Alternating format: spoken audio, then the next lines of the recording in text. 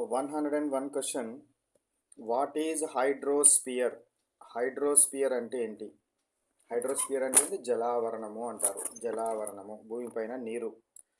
The hydrosphere is the combined mass of water present on, under and above the earth surface. So hydrosphere అంటే ఏంటిది అని అంటే మొత్తం దేనికి సంబంధించింది అంటే వాటర్కి సంబంధించింది. దేనికి సంబంధించిన అంశము? వాటర్కి సంబంధించిన అంశము.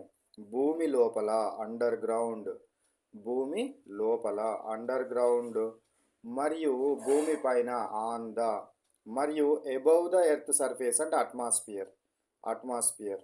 సో ఈ మొత్తంలో గాలిలో ఉండేది మొత్తం నీటి అంతా పరిమాణాన్ని కలిసి ఏమంటారు అంటే హైడ్రోస్పియర్ అంటారు.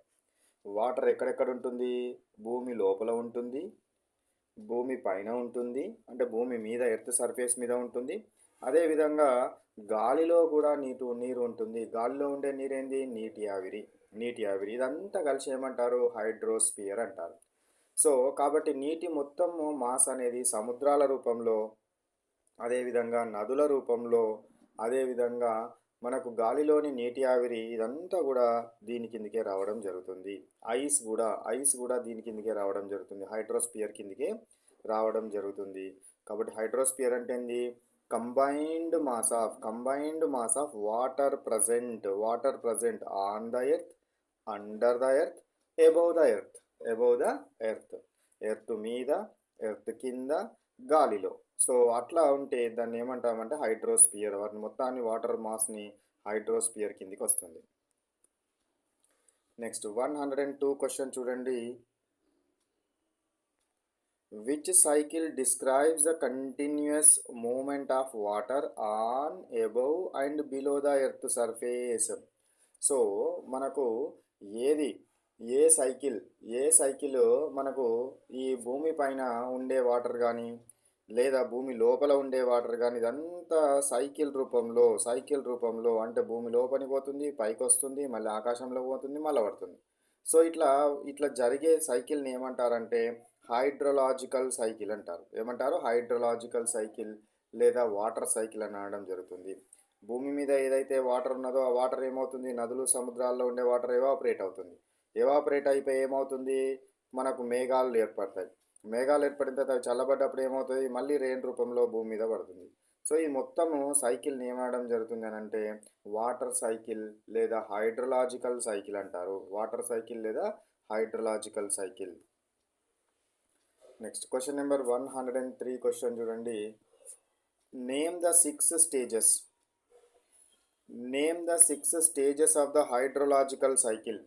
హైడ్రలాజికల్ సైకిల్లోని 6 దశలను తెలుపమంటున్నాడు. ఎవాపరేషన్, బాష్పీభవనము. ట్రాన్స్పోర్టేషన్, నీటి ఆవిరి ప్రయాణము. కండెన్సేషన్, సాంద్రీకరణము. ప్రిసిపిటేషన్, వర్షపాతము. రన్ ఆఫ్, ఉపరితల ప్రవాహము. గ్రౌండ్ వాటర్, భూగర్భ జలము. సో ఇవన్నీ ఒక్కసారి చూద్దాం ఏందని. 6 స్టేజెస్ ఉన్నాయి కదా. ఫర్ ఎగ్జాంపుల్ ఇది వాటర్ అనుకుందాం, ఓకేనా. చెరువుల్లో, సముద్రాల్లో, కుంటల్లో ఉండే వాటర్ అనుకుందాం. ఇప్పుడు ఏమవుతుంది? సూర్యరశ్మి దీని మీద పడ్డప్పుడు ఈ వాటర్ అనేది నీటి ఆవిరి రూపంలో మారుతుంది. నీటి ఆవిరి రూపంలో మారే ఈ ప్రాసెస్ని ఏమంటారు? ఎవాపరేషన్ అంటారు. Conversion of water into water vapour at all temperatures. So evaporation అంటారు. ఎవాపరేషన్ జరిగిన తర్వాత ఏమవుతుంది? ఇది పైకి భూమి ఉపరితలం నుంచి పైకి ప్రయాణించడం జరుగుతుంది. ఆ ప్రాసెస్ని ఏమంటారు? ట్రాన్స్పోర్టేషన్ అంటారు. ఈ ట్రాన్స్పోర్టేషన్ మనకి ఏమవుతుంది? మనకు మేఘాల రకంగా ఫామ్ అవ్వడం జరుగుతుంది.